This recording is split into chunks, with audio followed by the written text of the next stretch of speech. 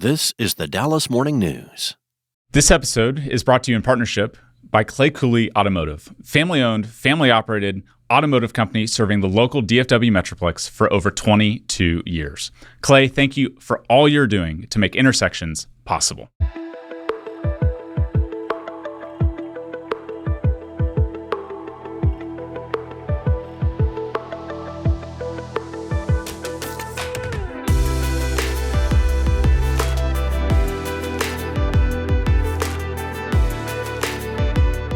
Whoa, talking to a real wildcatter and one of the last of its breed. We talked about Alaska, and he takes it as a normal part of the day. But I got to tell you, drilling on the north slope of Alaska. Yeah. Bill and Liz Armstrong, they've got an incredible background where they met at SMU. And then we get all the way deep into how you take big risks. But one of the great things we learned is how you build an ice road to get to where you're trying to get oil out of the north slope of Alaska. It's a great listen. Tune in.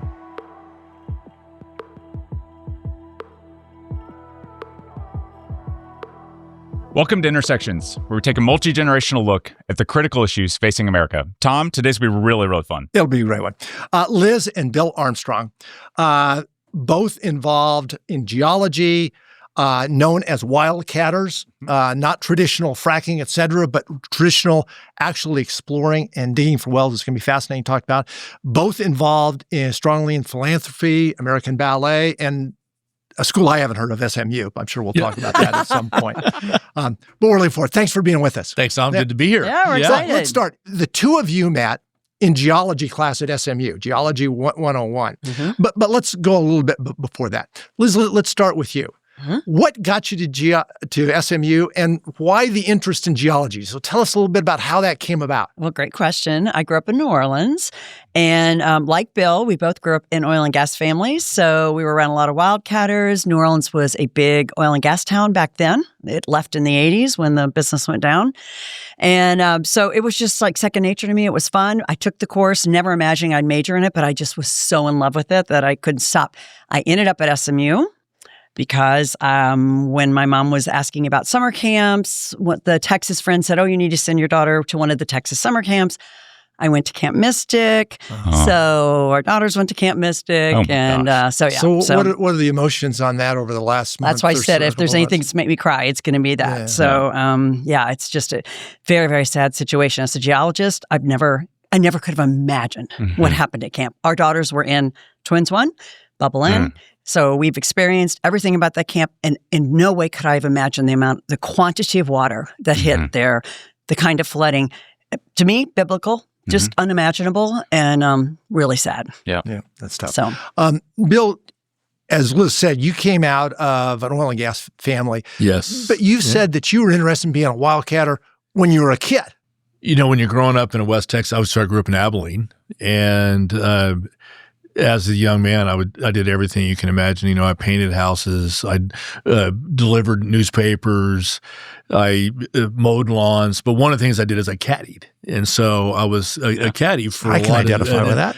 So I ended up caddying for all these really kind of nutty guys that were so hilarious, so profane. Bet a lot, swear a lot. And I thought that they were just the coolest people I'd ever met in my life. And I was like, one day I was driving home with my dad, and I said, hey, who are all these people and what do they do for a living? And I was like 10, I think, probably at the time. And, the people I caddied for was a guy named Don Evans, who became a commerce secretary. Absolutely. And then Boone Pickens. So I was literally caddying for the future, really hitters. And my dad says they're all oil and gas guys. And I went, I know what I want to do. And I had no idea there was any geology involved. And I just knew that they were in the oil business. And I go, I want to hang around people like this the rest of my life. So I just fell in love with the people. And it's just a real kind of a joie de vivre kind of, pirate, buccaneer type of people. And so I was really fortunate. So when I came to SMU, I knew exactly what I wanted to study. And I was always good in school, so I could have studied anything. I could have gone anywhere, but I knew I wanted to get back to Texas because people that are from other places don't understand. Texas has an attitude. I mean, you don't come to Dallas for, scenery. You don't come here for the mountains, The weather, or the weather, but you come here for the attitude, and it's really second to none. And it's one of those things that you have to be from Texas to kind of get it. Mm-hmm. So when I was living in Denver at the time, I decided to come back. I had to come back to Texas, and I knew I wanted to go into the oil and gas business. And so, thus, the way to study geology, that's where I met her. You touched on one person I knew very well, and that was Boone Pickens. But the Boone Pickens I knew was after the corporate raider developed, that sort of thing. Talk about Boone when he was back in Abilene before he got here. Boone was so full of bull. He was so much fun. And when you played golf with him, I was caddying at the time, of course. His trash talking was fantastic. And he talked business almost all the time while he was playing golf. So, when you're young, it's just like you're just absorbing all this. It's just soaking it in.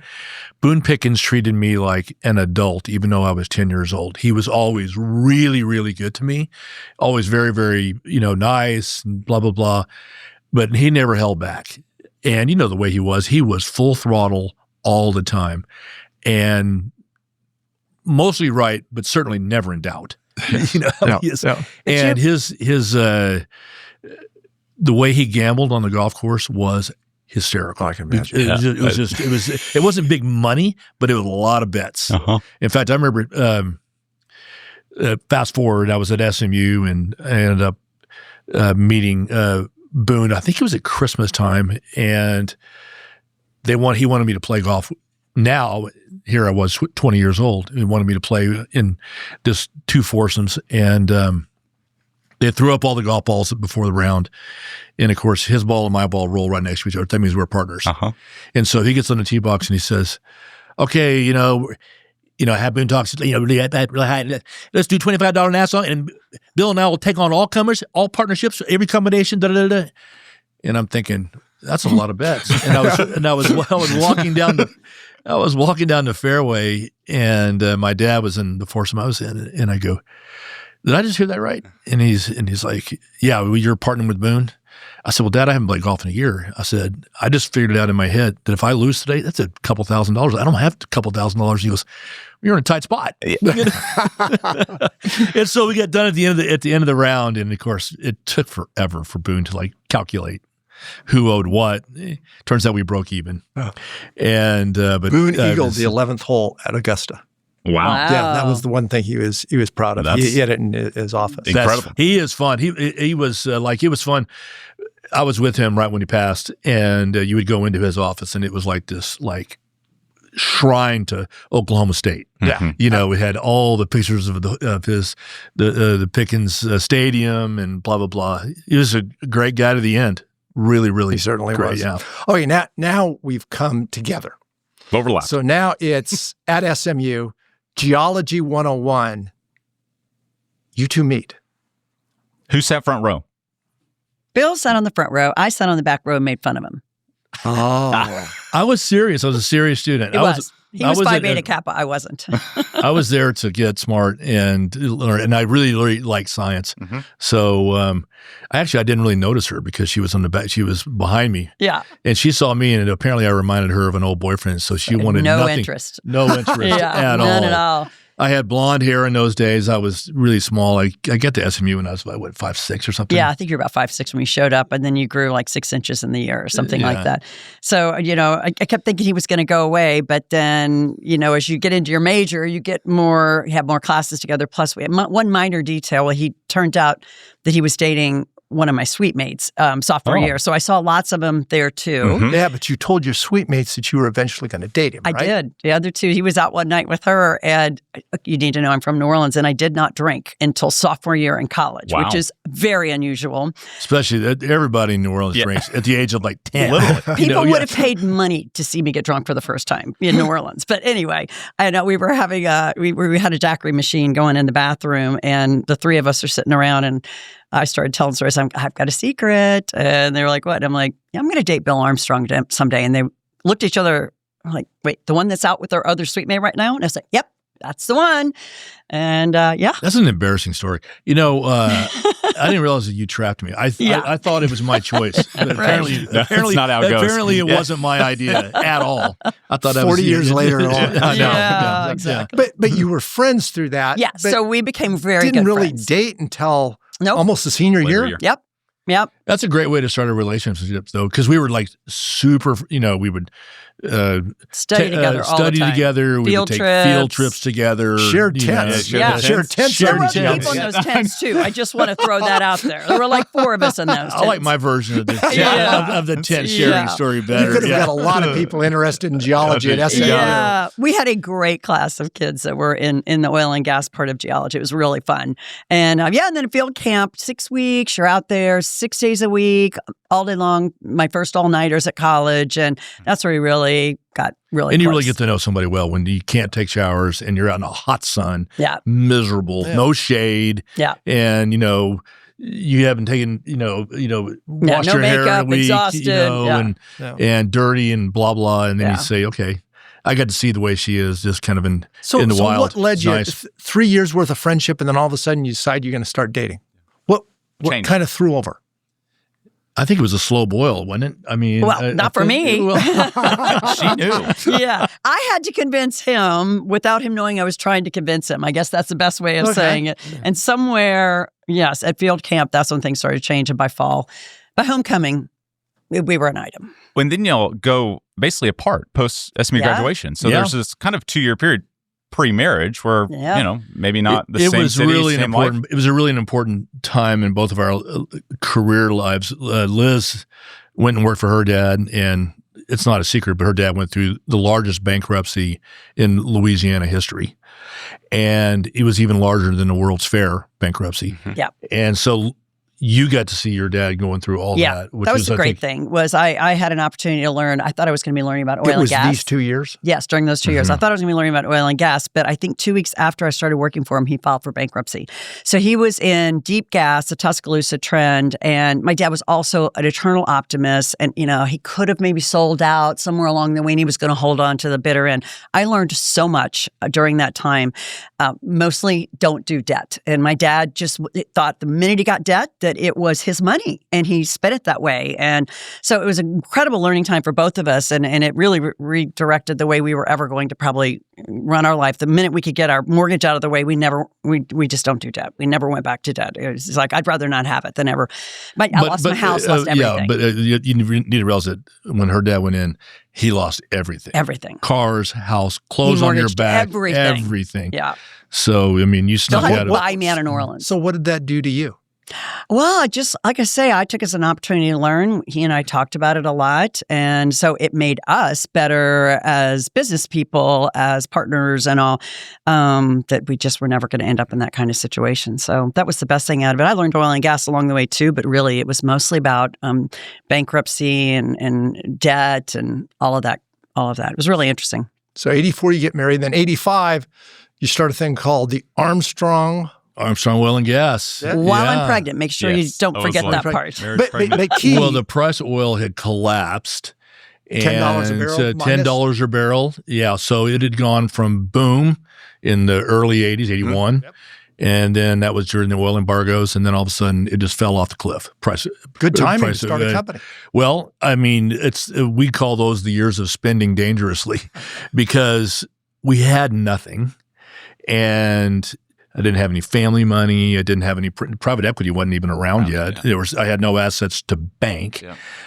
No partners. No partners, and it was just kind of my belief in myself and Liz's willingness to put up with that. Which, by the way, most wives I don't think would be in for that. I mean, because it's like you don't know where your next payday is coming. Right. But the advantage of being two geologists is this is where that really kicked in because You were partners I in the business. You understood. both Yes, I understood the understood business. the risks. And, any last minute decisions before you go out on a sale were made around our dinner table. And, and I'd make and give the pitch and, okay, tell me what the prices of all the leases are around here, and we just go through the whole thing and then he'd go out the door. But so, and we always figured out, okay, what's our worst case if we can't sell this, and we kind of went through everything. So it made it easier. we didn't have a lot, so we didn't have a lot to lose. So my feeling was you couldn't fall out of the basement. We were already down there. You're already there. We were already down there, and we quite literally bet our net worth no less than a couple of dozen times. And I learned how to be. First of all, in the oil and gas business, you have to be a really good geologist, and you have to have kind of a nose for finding oil and gas. But you also have to have the ability to sell it. So, I always talk to young geologists, and I ask the question, would you rather be a good geologist or a good salesman? And they always say, I want to be a good geologist. At the end of the day, if you can't sell your idea, you're not getting it drilled. If you're not getting it drilled, you're not finding anything. So it was really a great time for me to hone my skills about if I'm putting everything in the world on the line, I better have a project that not only is good, but I can sell to somebody. Were there any early stair-step successes? Because we'll get into the big successes, but talk to us about the early first couple years. Where'd you find a few wins? Well, and the first ones weren't exploration. You were actually trying to find deals out there, right? No, it's always been exploration. Since my very beginning, I've never gone the route of buying production. The acquisition. And again, it's really, Tom, really more what interested me as opposed to what would be necessarily the best way to make money. Because in hindsight, I would not recommend my business model to anybody. I mean, because most people, A, can't find oil and gas, and B, they can't stand the fact that 1 out of 10 will work. So, your chance of success is, probably 10 to 20%, maybe. And so we had some early wins. I mean, they weren't big. It was kind of like a single, kind of get hit by a pitch. And it was in the lower 48. In the lower 48. And it was all, early on, I went to all the plays that the people said, Kansas, Williston. Kansas, right. DJ Basin, Powder River Basin, a little bit of Williston. That's what independents do. And that's what I was. Independent. I was in my garage above our attic. I was in the attic above the garage. That's right. Yeah. And it was so... there was no heat. So, in Denver, Colorado, that was a big problem. And the day that you hung up the phone and it broke into pieces. It was frozen. So it broke into all these pieces. I said, I need to go get an office. So I actually called a friend of mine who was really successful in, I believe it was insurance. And he gave me, they had a coat closet. It was about, a third of the size of this, and that's where office. At least I had a place to, it was warm.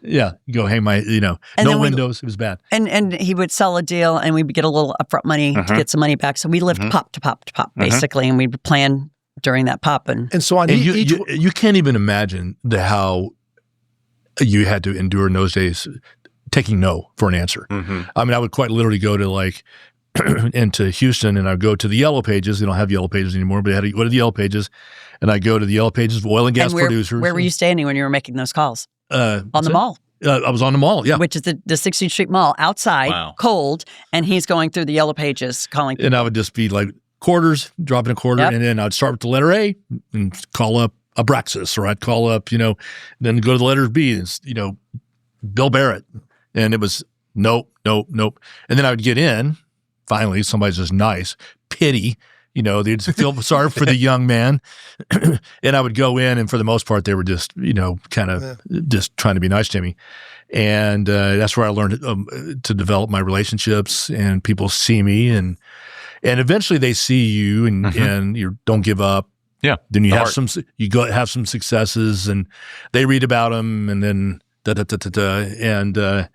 all along, Liz is out there just cranking out kids. I mean, we'd had 3 kids by the time. I had 3 kids within 3.5 years. Yeah. By the time I was 28, I was done, and we were looking at each other like, "What have we done here? Oh my gosh!" Yeah. Ken Hirsch was in here not too long ago. Yeah, he's a good and friend. he talked about when he got into, because he didn't know anything about oil and gas. He had no background in it. He said it was all dependent on his judgment of people. Yeah. So it was all doing on people. But your business model. He was really good at that. He was very good. Really good at that. That'd be the first one to say, I had to find the Bill Armstrongs. The two of you, though, your business model was fundamentally find an opportunity through geology, understanding that. Yep. And then you didn't have any money. So it was basically go out and find somebody then that'll put up the money to actually do the exploration, to right? drill the wells. Yeah. Yeah, drill the So wells. I would do all the land. So we could fund the land. That was less expensive. I would do all the geology, sliding logs, and I would do the interpretation of the seismic. And where are you getting the capital just for the land and doing the it was Wow. I affectionately refer to as Hip National. Yep. That's my hip pocket, Hip National. And so we would quite literally go through everything we had, and I would be like, and you'd go in ahead of time like, I got to get 3,000 acres. It's going to cost me $25 an acre, and then you go and then say, this is my budget. And then first thing I would ask for when I sold a deal was like, I need my money back. Yeah. Plus, a little bit of extra. And then go drill the well, and then we'll share in the success of the well. That was kind of the way.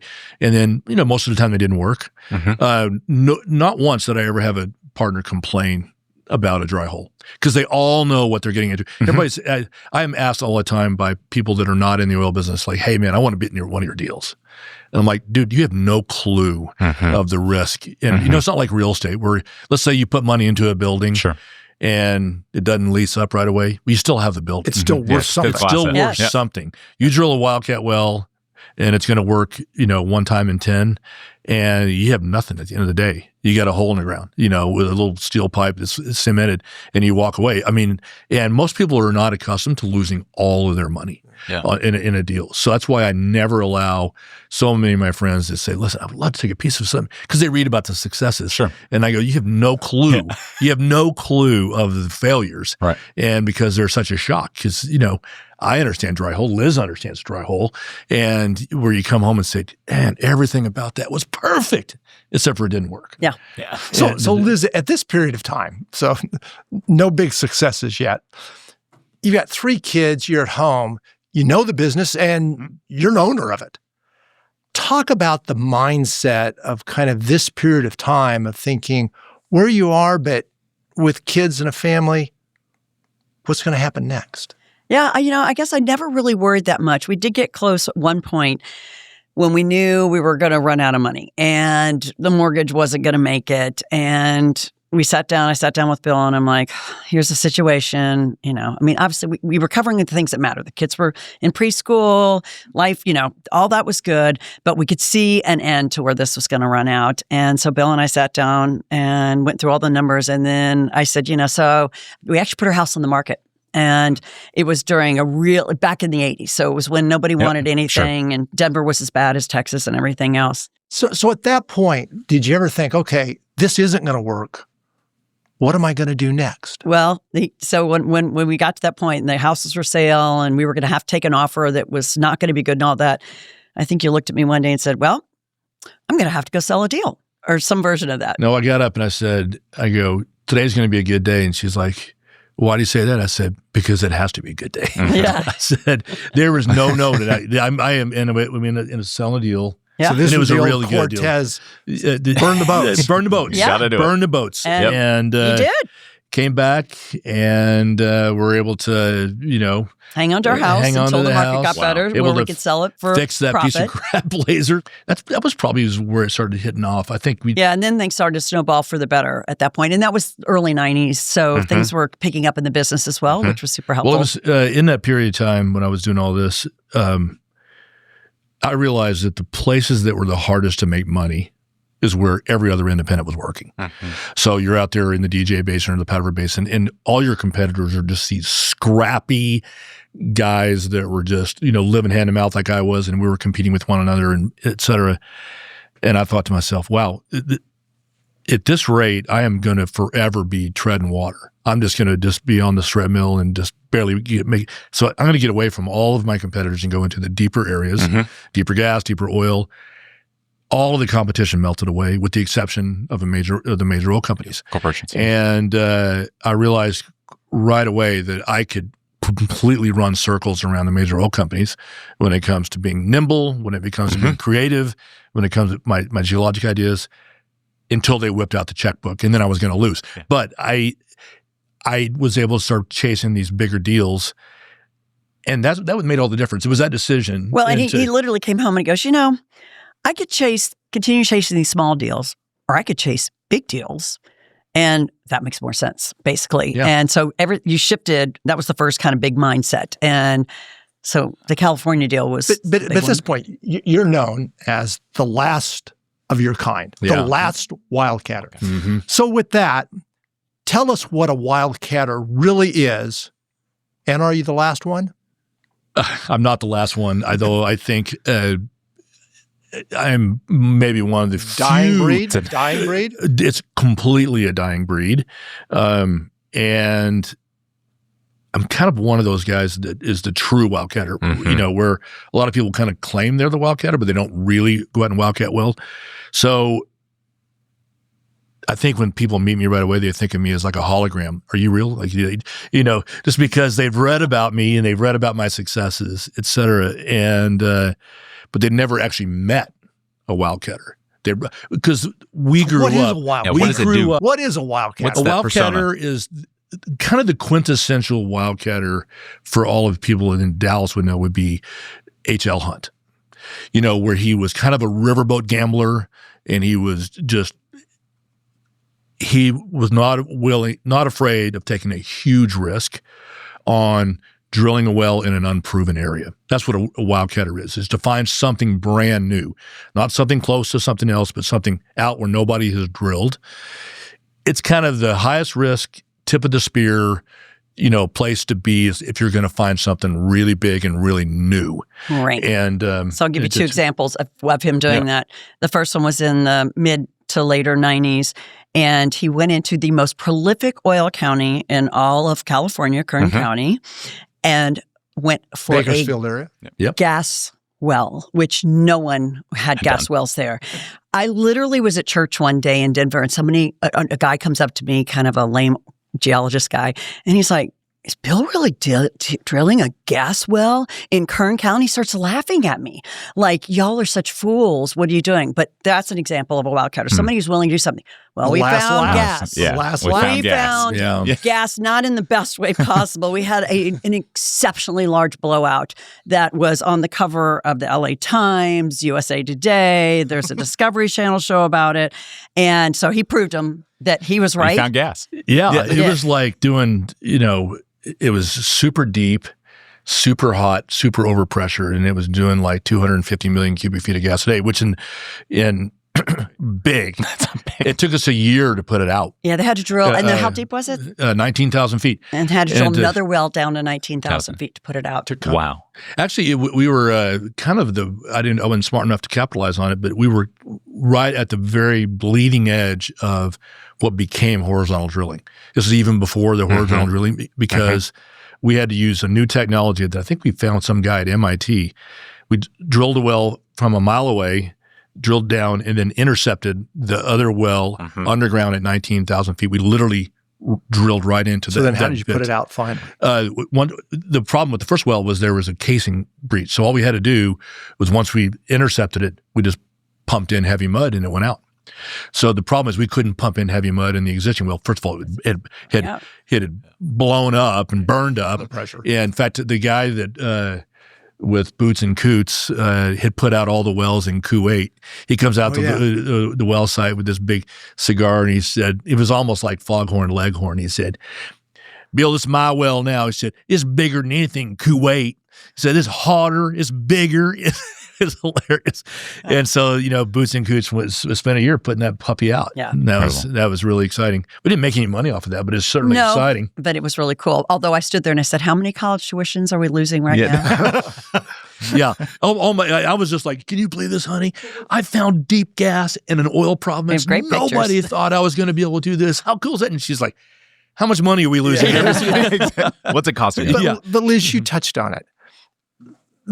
The industry now, or starting at least, is now moving to fracking. And that becomes the big thing. And you look at Permian Basin, et cetera, that sort of thing. You two have never done that. No. Bill sat there and just looked at them all like they were crazy the whole time. And you actually spent a lot of time researching the whole Appalachian area, whether to do it or not. And he was just like, "I just don't get it economically. It doesn't make sense."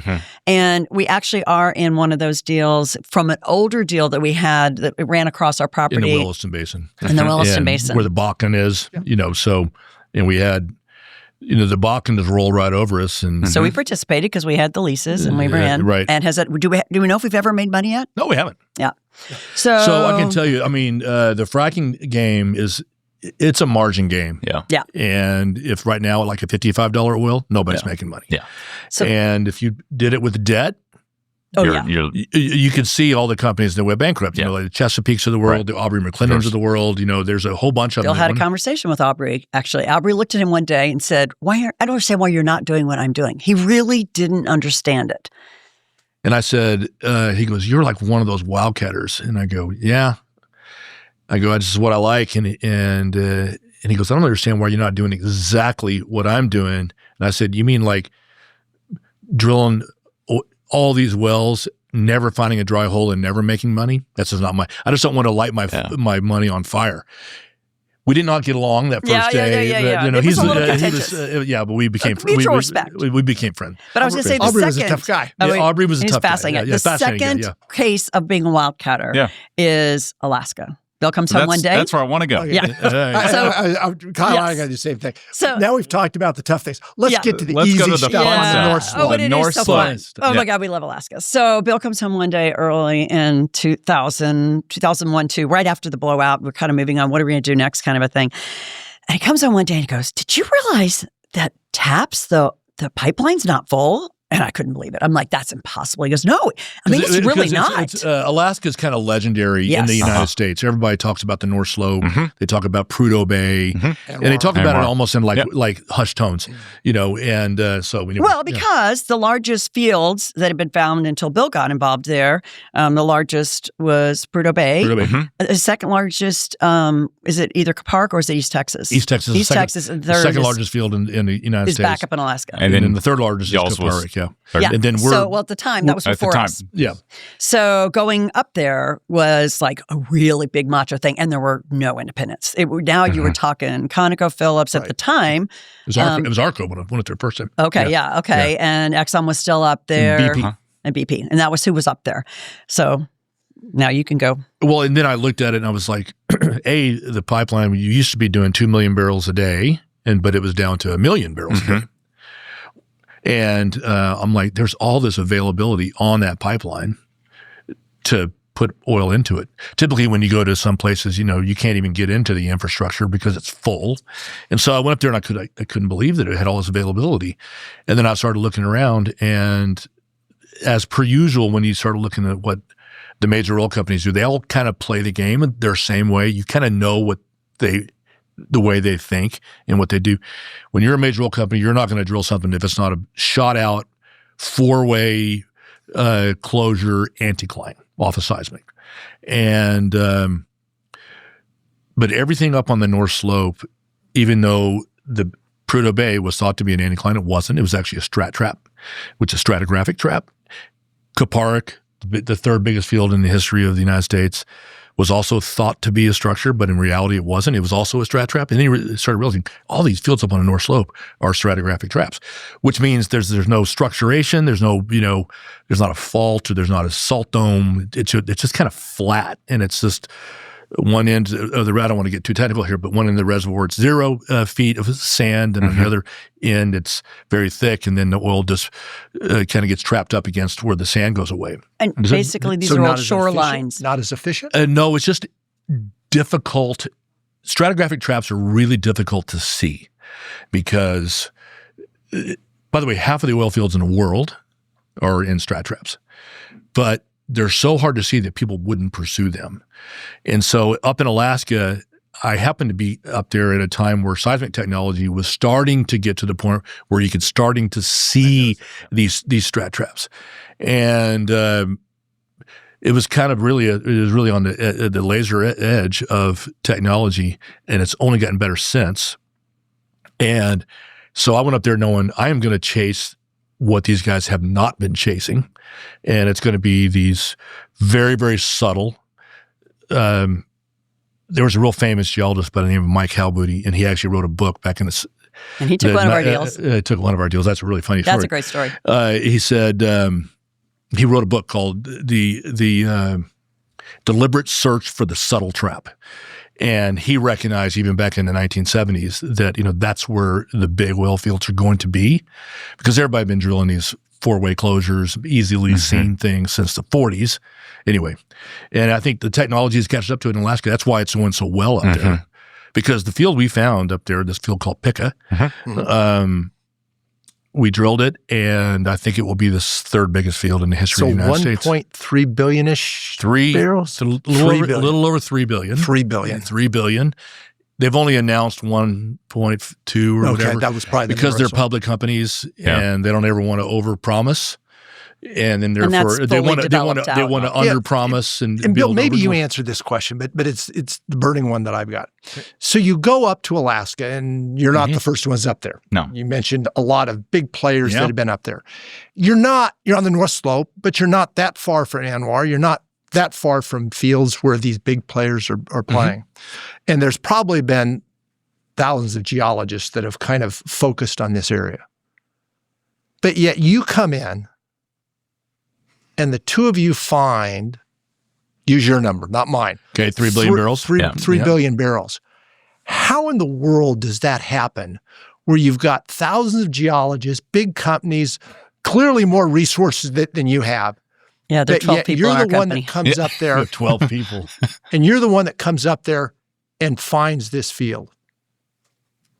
Well, it started smaller. I'm going to hear what you say. This way. Well, no, it started smaller because it started with Nukachik and Naguruk. Right. And those are two other fields. Yes, the two other fields we found first. So again, it was a snowball thing by the time it got to Pika. And well, you explain real quick about getting started with Naguruk and Nukachik, and then we can work our way to Pika. It also talk about the ConocoPhillips land situation, how the government had changed the laws up there, and they had to drop some land. All right, well, this is going to insult some people that I don't want to necessarily. So we went up there, and everything is when it's. I don't get the impression that you're a person that sugarcoats a lot of things. You can tell us the real thing. So I go up there. And when you have a lease sale up there, the state offers land, or the federal government offers the land for a lease, and it's typically sealed bids. So you bid, and I went up there and made a big splash by buying a bunch of land, and it was not very far from Kaparik Field, which is one of those it's also a 3 billion barrel field, and ConocoPhillips was around me, and I buy this, and I went up there to meet him. And I got in a room full of 5 guys from Conoco, and I had 3 or 4 of my guys, and I said, hey, I'm Bill Armstrong. You can read my track record. Everywhere I've gone, I've found oil. I do deals with all the majors, Exxon, Chevron, Shell, Total, Pickett. I've never been involved in a lawsuit. I'm really good at, making win-win situations for all of us. I said, so I'm up here with you guys, and I think half of this idea is on you and half of it's on me.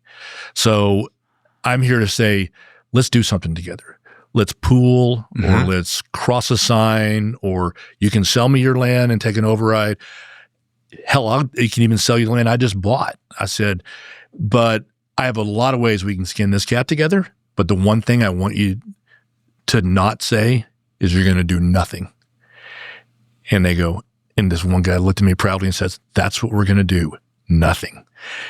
And I went, well, there's this new rule in Alaska where the state says if you've held something for a long time, you have to work with other people. Yeah. Therefore, or let it go if you're not going to use it. Or let it go. So here's what I'm going to do. You're going to do nothing. I'm going to walk across the street, go see the governor, and I'm going to take your fucking land away from you. That did not go over well with Conoco. Please bleep that out. So in the small world department, one of our SMU classmates worked for ConocoPhillips. No way. So Bill is walking over across the street and the phone rings. And it's our buddy, our SMU classmate. Yeah. He was a landman. Yeah. And he goes, Bill, you've been in Alaska for 4 hours and you already pissed everybody off. I'm like, Jim, I'm just here to make things happen, man. I'm just, I'm here to make, I'm a walkout. Let's make shit happen. It'd be fun. Exactly. We can do something good together. Anyway. And so that all happened. So we made a deal with them. The state forced them to make a deal with us. We drilled a well. We actually partnered up with Pioneer, local Pioneer. Yeah. They're now a part of Exxon, but back in those days, the Sheffields, and we drilled a really nice, couple 100 million barrel discovery, and that was the beginning of our Alaska thing. And we did the same thing in a field called Akachik, which is another couple 100 million barrels. That was Kerr-McGee when we started. To put this in perspective, this is fun. This is a humble brag. In my life, if a guy finds a 100 million barrel field, he's a hero. I mean, I've only known a couple in my life. There's Sam Gary up in the Powder River Basin. He's in Denver, yeah. And Marvin Davis, real famous wildcatter, also Denver. And so finding a 100 million barrel field is a really big deal. And my little company so far, we've already found 12. Wow. 100 plus million barrel fields. So I'm really proud of that. Yeah. I'm really proud of that stat. It's just kind of like, wow, and so. So Alaska is prolific, but it is a real pain to work in. And so we get the 2 deals done, and one had been Pioneer, the other had been Kerr-McGee. Eventually they end up being sold to. Kerr-McGee got sold to Anadarko. Pioneer eventually got sold to Exxon. And the reason I bring it up is because they decided to go into development at the same time, and that's where our POP runs out. So then we had to pay our way on the development. Yeah. So and that number on our desk would have been $1 billion, which we did not have. Yeah. Wow. So we went and were those the sleep? I mean, those were some of the sleep. But those were it was one of those. It was a sleepless night of what do I do next because I've succeeded. Right. Yeah. Correct. Careful what you wish for. And I think it was Tom Jordan, real famous. You've heard of the wine, Jordan wine. Tom Jordan's a real famous wildcatter. And he told me early on in my career, he says, Bill, don't ever get into a poker game that you can't afford to stay at the table. And I knew that we couldn't afford to stay at the table. So I had to go out and I found a company called Oil Search. No, that was before that. This was a company. This is the Italian major oil company called ENI. Okay. And so I sold them my position. Where did Oil Search and Respol come in? So we're getting there. So that's next. After we sold our position to ENI, the Italian major oil company, got us. That deal now is going to be done, and we've got another POP so that we can now turn back into. So that's when Bill goes and looks in Appalachia. Are you out of that deal? We're out of that deal. We're out of that deal. Royalties. But it was our first real big payday, and it was a significant payday. And so then we started looking around, like, okay, well, I'm going to leave Alaska. And I'm going to go find something else to do. So I looked at every one of these resource plays, every one of them. The Permian, the Marcellus in Appalachia. We looked at all the coal bed methane, blah, blah, blah. And I said, gosh, this is a great way to never drill a dry hole. But I don't know how these guys make any money. Yeah. Because it's just like, if the price of oil is really good, great. But if it's not good, you're not going to make money. And if the price of gas is good, great. And so we made a definite decision to go back to Alaska. And this was 3 years later, and we had learned so much from the first go around that we felt like we had a really good chance of doing it again and again. So then we brought in Repsol. So we assembled a bunch of land. One of the things we learned when you're assembling, in the Pica field? No, we're not there yet. We're getting there now. Now we're finding it. We're finding it. But to go back up there, now people know we know something. So, but at this point, you've had a number of successes in Alaska before Pica and before Sockeye. Pops have happened. Yes. So we just gave you the prelim to that. So now we're going back. Bill spent 2 years trying to find something else. Like, I'm going back. But people know that Bill knows the geology now. He's kind of figured things out. So when we go to these lease sales, we have to come up with anonymous names. So people don't know that we're buying leases and stuff. So I think that was 140. 70 and 148. 70 and 148. Which is the latitude, longitude of Prudhoe Bay Field. Yeah. So, I mean, this flows right off your tongue, right? Yeah. This is 70 and 148 LLC. Good Lord. What a stupid idea. Yeah. But anyway, they didn't know who it was. No. And we got a whole bunch of land. A whole bunch of land. And what years were these? This was probably 2010, 11. Yeah. 12. Something like that. 2012. Because Pica was 13, right? Yeah. So I went and showed this to a really great group of people out of Spain, which is Repsol, which is the kind of the national oil company of Spain. Right. They had just sold out a huge project in Brazil to the Chinese, and they were looking for something new to do. I was, and it's fun because getting back to, pitching deals. I had met Repsol 3 years earlier, and so many times it's kind of like going through the yellow pages and calling people up. I didn't get a sale out of that first go around, but they recognized me. Remembered. And look for them in the, find out how they're doing. They saw that Ugaric worked. They almost took. They saw that Nikachik worked, and they almost took it. But this time, when I come back to them, they are now ready, and so it was perfect marriage. So I sold them a really large deal of multiple Wildcat wells. And I think it was the second one we drilled was the discovery at you asked the discovery that led to Pika. Yeah, led to Pika. And you asked a really good question. So we basically, there are some holes up there. And so when you're doing your geology, you're working with those. And we'd seen this really nice show that ConocoPhillips had not chosen to explore because it was, 20 feet? I don't know how much. Thin. It was thin to them. And it didn't look like it would be very big. Yeah, and there's actually, he works for the USGS now, the U.S. Geological, whatever, or he did. And he was begging them to please, test it, explore it, and they moved on. It just wasn't big enough. Yeah. So we had that info when we were doing it, and I couldn't believe that they'd passed on it. They passed on it. See, this is why ConocoPhillips doesn't really like Bill, but anyway. So this is really ConocoPhillips, I love you. Yeah. So this is really you true. got their money. Yeah. No, Yeah. It was their land. It was their deal. We have all missed things, It's painful. And I'm sure that it makes it because that was their world, and I came up there and kind of looked like I sucked the chrome right off their trailer hitch, But it's just like that was a Boone Pickenism. I'm sure you heard, but they passed. And they passed on when they drilled that well and they saw that it wasn't called Pickett, then it was just a zone, wasn't too thin.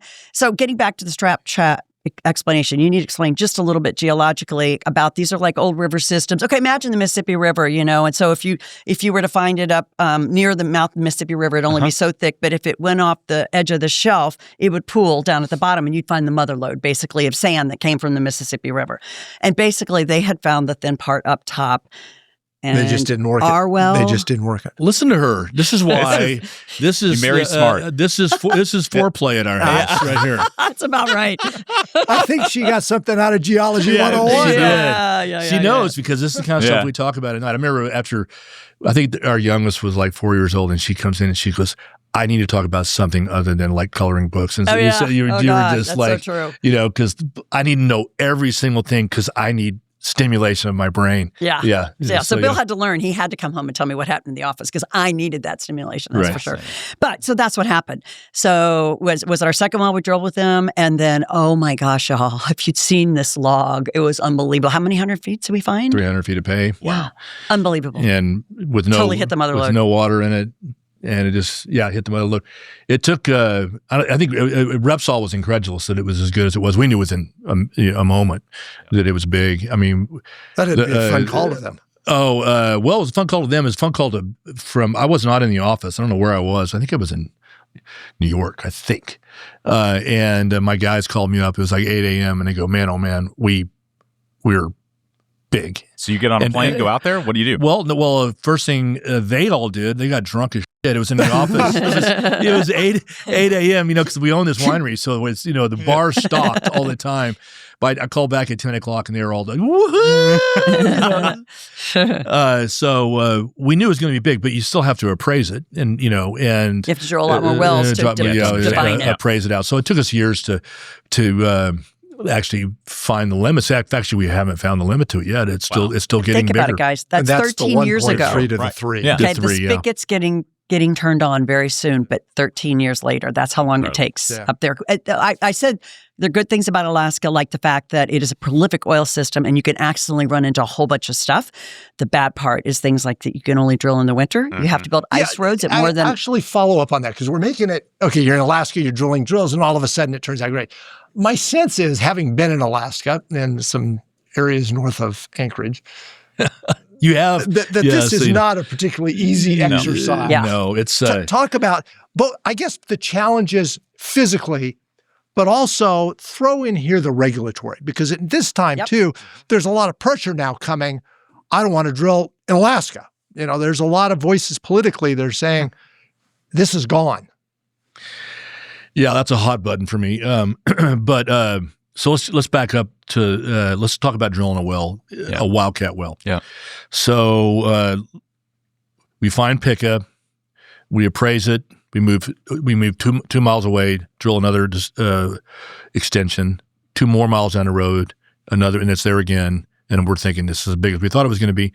So then I took the reins from Repsol, long story, but I took the reins from Repsol and I said, guys, I want to really step out and see how big this thing is. So we drilled a 22-mile step out from the field, now, which, by the way, where's Oil Search in this? Because they're not here yet. They're not here yet. They're not here yet. This is after Repsol. Okay. This is still Repsol's my partner. I'm 50-50 with them. Or I'm 51, they're 49. And I said, listen, Repsol, we're going about this too slow. Let's go out there and really, let's do it. Let's do it. And so we stepped out 22 miles and drilled a well called the Horseshoe Well. And in order to drill Horseshoe, this gets to the winter drilling. They don't want you to damage the tundra in Alaska because it's considered to be, pristine and precious, et cetera. So you can't drill in the summertime because you'll damage the tundra. So what they make you do is they make you drill in the wintertime. So here's how you drill in the wintertime.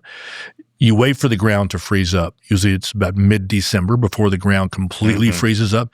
Of course, think about that. At that time of year on the North Slope, it's dark 24/7. Yeah, there's no sun. There's no sunlight at all.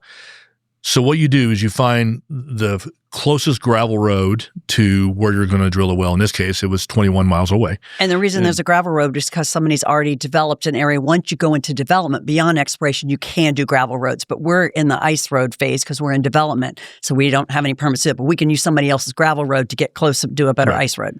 Close. And close is a relative term. What they make you do is you go out there with fresh water in a truck and you lay the water on the tundra, then it freezes. So these trucks have to know where these freshwater ponds are, and then they poke holes in the ice, and they have these big hoses, and they suck up the fresh water, put it in the truck, and then get back on the ice road and dump the road, and they go back and forth. It's unbelievable. So you basically make a ice skating rink that's like 30 feet wide, in this case 21 miles long. And then you get to the end of the road where you're going to drill your well. Then you have to build a 6-acre pad of ice. Once it all freezes up, it's made. Then you bring out your man camp. You bring out your hotels for them to stay in. That's man camp. The rig, all the the accompanying material, and then you have to drill your well, and you have to get off of the ice before it melts. So you have a drilling window of about 120 days. Imagine how expensive this is. This is $500,000 a mile. Yeah, just for the ice. Just for the ice road. Yeah. So, before you even start this well, it's $12 million, and then, of course, the well itself is another $30 or $40 million, so it's super expensive. But anyway, that Horseshoe Well was the furthest step out I've ever read about, in all the literature I've ever read, is from a extension of an existing field, other than one huge field in the Caspian Sea called Kashagan, which I think was a 22-mile step out, and we're only 21. Anyway, that was really ballsy. And people are still talking about, the fact that we stepped out and we hit it, same zone, same oil water contact, same accumulation. So here we are now. It's the same field. In Pika. Yeah. So it's all part of Pika. So now nobody believed it. Now you're defining how large Pika is, right? Yeah. So now we know it's 40 miles long at least, and it's somewhere between 3 and 10 miles wide, depending upon where you were. It's actually almost identical to the shape and size of the East Texas field. Wow. Which is, by the way, so many people in Dallas have made their fortune so many off of East Texas. In fact, I gave a geologic talk at the Petroleum Club where I just compared East Texas to Pika and how they were similar geologically. Of course, they're totally different above ground. One's frozen and East Texas is hot and sweltery. But oil in place, we're going to be bigger than East Texas. We just won't probably get the recovery factor that they do. But anyway, which is really kind of cool. So I'm going to fast forward then. So Pika, $3 billion, the success that it's given you. You could have quit. You could have said, hey, I'm going to declare victory. I'm going to get involved in the ballet. I'm going to get involved in SMU, SMU. Somewhere, some school. I knew there's a couple some others. Some really good school. Yeah. But now you've got another field called Sockeye. Yeah. Mm-hmm. I saw 500 to 800. My guess is that you're going to tell. Yeah. Okay. But on that one, you did 2 wells, Voodoo 1 and Sockeye 1, and failed miserably on those. They got plugged at 13 or something. Yeah, no. So we that's And we're talking about 120 days in the weather. So why do you go on? What was it? What was the mindset between you two that says, okay, I'm still in this business and I'm good at it. I'm going to stay with it. So you say, okay, I'm going to find my next one. Why would we quit now? He's got it figured out geologically. Anybody will answer the phone if he calls it. We've got wonderful relationships. Yeah, sure. You've built it. Other than ConocoPhillips. I'm kind of half joking. I would love to bury the hatchet with ConocoPhillips. But other than that, everybody. So anyway, but everybody fun. else. I mean, I'm 65, and it's taken me this career to be on a speed dial with the CEO of Chevron or Exxon or pretty much anybody in the industry that you've ever heard of or as my friend. Is Sockeye going to be the crescendo of your career? Is it the final one? No, we got more to do. No. I brought in Apache on a Sockeye. So this is going east from Pica. It's about 100 miles east of Pica. But a different field. Yep. Totally different field. And we had to go back to buy more leases, so we had to come up with another goofy name. Yep. So that's Lanyap. Oh, yeah. What's the next goofy name? Lanyap. And if you're from New Orleans, that means a little something extra. So it's like serendipity. Right. So we have Lanyap, Lagniappy. That's good. That's really good. And so we brought in Apache as our partner, and the first year with Apache, I was the operator of the well, and we just got 100% of our asses kicked. We were trying to drill in that wintertime. It happened to be the warmest winter of record on the North Slope that year. And then when it was cold, it was storming the whole time. So when it's storming, you can't drill. So our window of drilling was not 120 days, but it was more like about 60. And then we ran into some. Is that why you got to 13? You had to come back up? Had to come back up. And then we literally we burned through $100 million. Yeah, I should say 13,000. 1,300. Yeah. So we learned a lot. Very humbling, very tough. And what year was very this? Tough season. This was 2 years ago. 2 years ago. And then when did Sockeye 2 come? So then Sockeye 2 came last year. We learned from the prior year. By the way, my partner in this, Apache, has just been terrific. Yeah, understand the risk. They understand the risk. They know things happen. Sometimes you get your ass kicked, and we did 2 years ago. Last year we came in there and we drilled Sockeye. We only drilled one well. I wish we would have drilled 2. We only drilled 1, and it came in just like we had it mapped, and it's going to be big. And the follow-on to Sockeye is going to be potentially bigger than Pica. Wow. And that's 3 billion barrels. So the Sockeye pool's going to be probably 700 million barrels, but we see other things. Do you see 4 billion? It could be. Well, I don't want to go that far, but it could be really big. Sure. But again, within the same geological field. No, same geologic formation, but we just happen to be 100 miles away. So it's in what I would call the same trend. Okay. But it's not part of the same pool. So this is a completely separate, different oil field than what we found at Pica, but it looks just like it on seismic and geologically, and it's a dream. It's a dream. And so getting back to why do we still do it, I can see where a lot of guys would say, I'm just going to the house. Just like, what, mic drop, we're going on, but Liz and I, first of all, Liz would not allow me. No. It would I don't know what he'd do without Get him it. out of the house. Yeah. She's like, what they say, for better or for worse, but not for lunch. So she's like, would not want me around, full stop. She's super busy with all her stuff, with her charity work and our foundation and blah, blah. And I'd love it. I love the game. It is so, you're truly making the world a better place. I know despite all this nonsense around fossil fuels, it makes the world a way, way better place. There is nothing that has contributed more to humanity, I think, since the invention of the wheel or fire. No, there's no doubt. And oil and gas has quite literally brought so many people out of poverty. And so I know we're doing a great thing for the world, even though a lot of people are kind of accuse the oil business of not being that way. And so we have more to do. In Alaska, we have a lot more to do. I'm also doing some stuff in South America too right now, but anyway, it's just fun. But So I want to bring us back from Alaska to Dallas, Texas. you get re-involved in SMU because I think one of your daughters attends. You've got Armstrong Fieldhouse. You've got the Commons. Yep. Obviously, big time. The dean at Dedman. Yeah, dean at Dedman. You have the chair there. But there was this old thing called the football that you've been really involved in. You host a podcast about it with Billy Embody. I have a really fun podcast with Billy Embody. Yeah. I really enjoy that. You actually seen an episode or two? Oh, I stayed up late last night. I watched 2 hours worth Oh last my night. God. So, He's one of your judges. I apologize for all the bad language I put in. I'm just sad I don't have wine here for you, frankly. Talk to us about the transition of SMU athletics, your involvement going from the American and that conference and ultimately getting into the ACC. Give us a little deep dive into why you love SMU, but take us into the why to the was eyes it of important football. to you? All right. So first of all, Liz and I really, really love SMU. It changed our life. You know, we met each other at SMU, and her sorority life changed, I think, really influenced your life. Me and my fraternity, I was a Fiji, you were a Pi Phi. So many friends that we learned at SMU. I think it's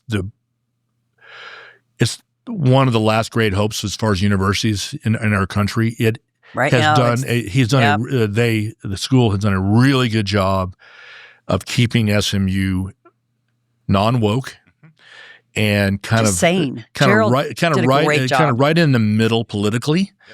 You know, our nation is 50-50, left, right, and SMU is smack dab in the middle, which pushes it way right of almost all almost all universities. But I think, like Liz said, it's kept it sane. It's kept it like it's a entrepreneurial, happy place where you can get a good education and get a great job coming out of SMU and blah blah. And so I think it's unusual in a country that you're right. You got to give it to Gerald Turner, and then now Jay Hartzell is Okay, so I'm going to talk fast about the football so we can catch up. So we were there during the Pony Express. So we graduated in 82. Yep. I mean, life was really great in the Southwest Conference. And so we were there during the great days. And so when we came back, like you say, our youngest daughter was an undergrad, our oldest daughter was a grad. We became the parent chairs, did that for 3 years, and then did Armstrong Commons because we were excited to have more kids back on campus. And then Bill moved on to the board, and things are rolling. I take over Dedman College as executive board. That's how we got involved there. As we're moving along, we're realizing that nobody's working on athletics football-wise. And people are still just embarrassed. If you mention football, they kind of cover their face, turn around, walk the other way because we're the death penalty school, poster child. And so in that process, the pool got knocked down, the old natatorium, Perkins. And so it became this little park with the other outdoor pool behind it. And they were trying to decide what to do, and they were moving all the swimming across the street. And so Bill... By the way, indirectly, that pool is why I came to SMU. Yeah, everybody, that swimming pool. Because I came and visited SMU in April, and when I was still in high school, and I went out to the pool, and I go, there's no way I'm not coming to SMU. A lot of boys can tell that story. Yeah. So anyway, long story short, SMU was at a point where we just, we'd lost the coach that went to Arkansas, Chad Morris. And so, we had Sonny Dykes coming in. And so somebody had to step up and take over football. Bill didn't play football for SMU, but somebody had to do it. So Bill jumps in. And the first thing is we need this field house. And so Bill goes out there one day in between the trustee meetings, and you start measuring out the space. And you're like, we can put it here. And this was an athletic place. It was all the swimming stuff. And a lot of people were pushing back. They want academics there. And so literally we took some of our good friends, female trustees, I will say, who didn't see the need for it. And one by one went to lunch with them and tried to go through why it mattered. We have to get football back. That's going to help drive admissions. That's going to help with everything, So you can take over that was kind of the decision I made when I was on the board for, I think I'm on my 13th year now. But the first 5-6 years I'm on the board, and a lot of people are giving money, our endowment's growing. And I'm sitting there thinking, I don't think I can move this aircraft carrier. I mean, changing higher ed is really, really difficult. And then I started looking around. I go, look at how great Gary Patterson has really transformed TCU. Look how great Baylor has come, and we're sitting here stuck in the mud. But nobody was taking the ball and saying, we need to really, really improve our athletics. I mean, we were always good in the kind of the Olympic sports, Sure. tennis, swimming, golf, but we were really bad in football and just okay, except for the Larry Brown era, where we were not very good in basketball. But that is your marketing for your university to the world. Think about it. All the eyeballs that hit SMU. Absolutely. It's, last year with the college football playoffs we were in, we had a terrible game at Penn State, but, they were talking about us for the first time in the longest time. And applications went up 60%. through the roof. Yeah. Cox 60%. applications this year are through the roof. Yep. Through the roof. Yep. And suddenly, you have Which way more benefits applications. academic Yeah, performance. benefits. Absolutely. You had to explain that to everybody that it raises all ships. It's a whole domino effect. We would not be a huge supporter of athletics if we didn't have this. And this is the reason we're backing athletics. I mean, I love football. Great. Eric Dickerson, Craig James, Lance McElhaney. They're all, the old Tony Spreads. They're great friends of ours. I come all the time. But if it didn't move the needle for the university in the other ways, we probably wouldn't be doing this. But this is the fastest way to move the needle, in my opinion. So what'd you do? So when Sonny was here, we were in the American, and every year when something good happened to us, our coaches would get hired away. Mm-hmm. So, for example, Rhett Lashley got hired away to go to Miami. And it was because we didn't have enough money to keep them.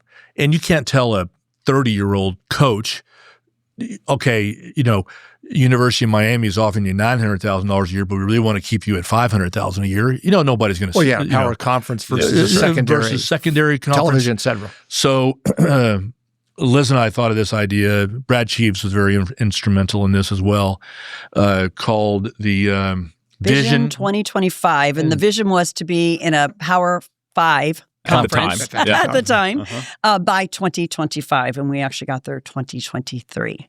Right. So we had to convince. And so we raised a bunch of money from some really loyal SMU people. Bill had a great pitch, and we invited all of our friends to meet us in the field house. We had to get the field house built first. We didn't really want to name it, but nobody else would. So that's how we ended up with the field house. And so we brought them all into the field house and said, and basically you kind of use the TCU model. This is how they got into a better conference. Yep. And they had to win first, and they had to keep their coaches. So we need to be able to keep our coaches, and we've got to win, and then we could be able to get into a better conference. Let's go through the math real quick. The way to win is to get good talent, athletes. Mm-hmm. The athletes typically, this is before NIL and before revenue sharing. The athletes typically come because they have a coach that's going to influence them.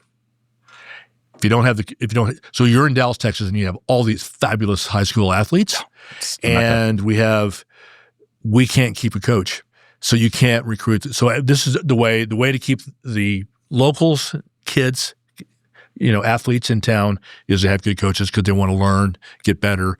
Everybody wants to go to the NFL when you're 18 years old and, and you're fast and you're strong. And so we raise all this money through a number. I could give you a list of all these people, Sarah Pro and Tom Saban and blah, blah, blah, blah, blah. We raised enough money to give a blank check essentially to Sonny. So late at night, to the head coach. The phone would ring, and it would be Sonny on the phone, or later Rhett, saying, oh my God, they're about to poach this coach. Can I have some money from the fund? Right. Yes. So literally, they were able to move on that kind of level. Okay, but what did you think now when Sonny runs across the street? He runs to Fort Worth. Well, okay, so next that up, is, we should send you the highlight reel. I have a highlight reel of why Sonny Dykes sucks. Yeah. Just so, the other thing that we had to do during this time was we had to build the new athletic complex, a new football complex to be competitive. Yeah. And so we literally took Sonny and his sidekick and the two athletic directors, and we went and did a 2-day tour of like 5 or 6 campuses. 7 end zones. And then we also went to TCU to get ideas. So we're doing all of that, not realizing Sonny's going to bail on us any day. But we did that as well during this time. Right. Which was really fun. I mean, it was Rick Hart and Kurt Pockcutter and Sonny. And then it was weird because what year was that? This was 22? 1 or 2. Yeah. And it was weird because, hey, listen, I was a Sonny fan. I was a fanboy. I was representing him to the board saying, this is our guy. He's a really good coach. Because Sonny is a good coach. Yeah, he's a great coach. And I was going to the board. So I was like literally falling on my sword for Sonny Dykes, in front of the board. And there's like, because the board, there's a lot of them that are not really into athletics. Yeah. They're into whatever else. They're all kinds of wonderful things. All kind of wonderful things. And then so Sonny, we put an extension raise on his desk, and it just sat there and sat there and sat there. And it's not my first rodeo in business. So I'm sitting there thinking, this dude's not signing this. Something up there. Something's up. And he always had it. And I was like, hey, man, what's going on? Why haven't you signed this deal? I mean, I gave you everything you wanted. Right. And he's like, oh, well, I got a new agent. And, one excuse after another. And I'm sitting there thinking to myself, he's leaving. Yeah. And not only is he leaving, I think he's leaving to go to TCU because in the meantime, TCU has fired Gary Patterson. Mm-hmm. Shocker, because Gary's a good friend of mine. And they kind of kicked him to the curb after being a legend. He's got a statue on the campus. Yeah. And that's the problem with college football now. Yeah. Look at the coaches. One bad season and you're done. One bad season, you're done. Yeah. Actually, one half season. Yeah. One half season. You can go through a number of the schools this year that just had a bad half season. Yep. Look at James Franklin. Yeah, Yes. crazy. Crazy. Yeah. Pay him $50 million to leave. Yeah, that's insane. Insanity. Absolutely insanity. So when I knew Sonny was not signing, I reached out to Rhett. You had stayed in touch with Rhett. I stayed in touch with Rhett. Rhett's special. I recognize him as being special. Plus, he is a special fit for SMU. His wife is all in. He talks about academics. Talks about academics. They're big Christians. A lot of character development. I saw the way he worked with the players before he left to go to Miami. I know that I talked to all the players, and I'm like going, who'd you really like? And he would say, oh, Rhett recruited me, and then he was really great, and blah, blah, blah. So I kept in touch with him because he was just that great. I'm thinking, this guy's perfect for SMU. I don't see Sonny leaving at the time. I don't see Sonny. But, keep your options open. Your options open. And so when Sonny was obvious that Sonny was leaving, that's where it's starting to get ugly between he and I because he promised me in no way, shape, or form that he would never leave, blah, blah, blah. I've now learned it's a business. Always. Right? And it's like you never want to ask your girlfriend, you're not going to break up with me. Yeah. Are you? Come on. And but I was young and was doing the whole football thing, and I would tell Sonny, you're not leaving, are you? Why haven't you signed this? Anyway, so I reached out to Rhett and I said, hey, Rhett, would you possibly consider coming back to SMU? And it was like within 5 seconds. Oh, yeah. And so I had my hire even before Sonny had officially left. And I got serious pushback from Rick Hart but I don't think Sonny believed that we were going to be able to get into a better conference, and he had, the bird in the hand. Absolutely. And 100%. he took it. And I can't really blame him for that. He just handled it incredibly poorly. Incredibly poorly. But I can see the reason. Think about it, this year alone. Was there like 15 coaches that are moving on? Oh, yeah. So this happens all the time. When the year Sonny left, Lincoln Riley did what he did to OU. Went to USC. To USC. And they hate Lincoln Riley at Oklahoma the way we all hate Sonny at SMU. So Brian Kelly left that year to go to LSU. So that was that was the coaching carousel for that year. But Liz, you touched on it. You are now in a Power 4 conference. Yeah. It's amazing. It's been a game changer. But we had to get all those pieces done we had to get the field house up. We had to be able to keep our coaches. We had to win, and we had to build the end zone complex to be. But we weren't. We were supposed to go to the Pac-12 on like the 5th day of August of 2023. Bill texted me that morning. It's happening that morning, and an hour later, it dissolved. The whole thing fell apart. Oh well, then dude, if you would have told me that we were getting into the ACC, which by the way is kind of the ideal conference for lookalike schools. There's more private schools, academically, et cetera. Actually, you can argue very, very that the least likely conference for us is the Big 12. Of course. They're basically, a bunch of, big state schools for the most part. They don't give a shit about academics. But they had a lot of schools that were close to us nearby, some of the old Southwest Conference. So that would have been our first choice way back when. Um, And then, but the conference that looked a lot like we liked was Pac-12. And we were thinking we were going to go to the Pac-12. I didn't put any hope in getting to the ACC. I know back then we were not going to the SEC or the Big Ten, but there's 3 other conferences. And then I forgot to add one of the most important pieces of those I just rattled off. David Miller became board chair. And once David moved in as board chair, Katie barred the door. He took it and ran with it. And it was awesome. He's flying all over the country. Yes. And it was awesome because we couldn't do all that unless we had David there. He and I sang from the same, song. He knew that athletics would affect the university more than anything else quickly. And so he was more focused on basketball because he used to play basketball. And so, of course, he would have died to go to the ACC because, you got North Carolina and Duke and NC State. And, Virginia. It's the basketball Virginia. league. Yeah, the basketball league. And but frankly, we would take any one of the Power Fives. And it was TCU and Baylor that kept us out of the Big 12. But it was an unanswered prayer. So in the long run, same with Sonny leaving. But it seems like kind of the message is he who laughs last. Yeah. You've done it in your careers in the oil and gas industry. I think you're going to do it at SMU. That's going to be a great situation. Yeah. We really get a lot out of it. I can tell you that. By the way, we get more out of all of this than we put in. I mean, it's cost us a lot of dough and time. It's been very rewarding. But it's been very rewarding. I cannot tell you how these young men on this football team has changed my life. I have always found that, Bill, that when you give, you always get more than you give. You have made a big difference at SMU. You've clearly made a big difference as a family, as an example of what can be accomplished.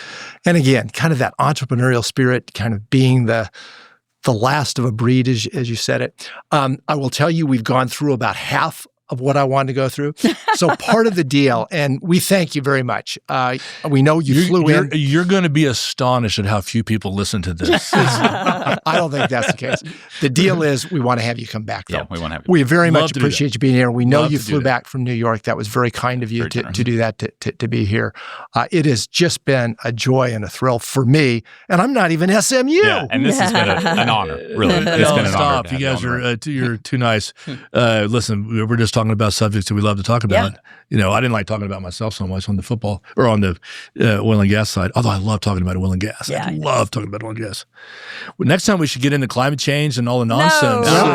Actually, there's a couple topics we're going to get into. One is the wines. We didn't get to that. Yeah, we didn't get to We wine. are going to talk about some of the issues in energy because I know you've been very much involved in that. And my sense is there's probably a little bit more of SMU to talk about NIL. too. Super. Yeah. Oh, yeah. I've got a whole lot of subjects on it. Thanks Thanks Tom. so much. Thanks, Okay, sir. thanks a lot. So fun. Thank you. Thank you. Yeah. So fun.